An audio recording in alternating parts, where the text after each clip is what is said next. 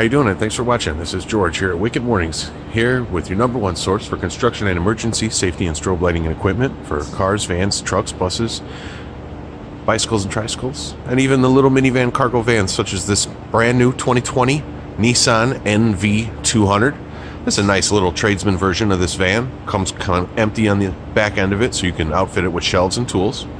This particular van is the little brother to another job we did earlier for a local plumbing company. Their branding is green and white. The van will be fully wrapped with a very nice bold green and white display. So we went ahead and matched their warning lights to that. On the dash, we have a special order light.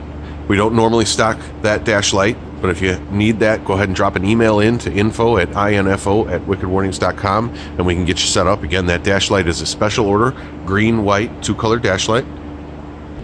It's a little off-axis shot for you. You can see around the back, we're running our LED HAW Duo in a low dome in green and white.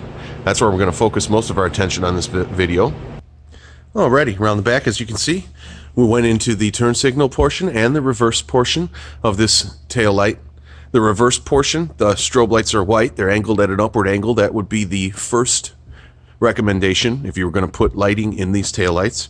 And if you want to add a secondary light in the top half as well, you can see as we did the green, it makes a good secondary color. Here you can see a little bit better how we have our X pattern alternation in the green and white. That's a 75 FPM flash pattern, basically a triple flash that everybody's widely used, and it's in an alternating pattern. Here's a close-up shot of that lens, and our LED HAW Duos are being a little camera shy in there. You can kind of see the one white here. It's coming in from the bottom, and then there's a green that's kind of right up here. And I'll put a little picture or two at the end of the video. Regarding those lights, you do need to trim a little bit around the factory socket. I actually clearanced the heat sink on the edge of the light just a little bit as well. You can notice in the photos. It is not a direct fit. This is a tighter, much more precise drill. So if you are going to do some hideaways in the NV200 taillights like you see here, if these are on your to-do list, our LED HAW Duo low dome is available in all 6 colors, and it fits very well. I was able to get them in there without a problem. Again, I put a color on the top and the bottom. You can do yourself only maybe a color on the bottom singly, one in each light. Be a nice, fairly easy project to put in. You can run the wiring inside, right up and over like that. It's fairly easy. Being a cargo van, the inside's fairly empty.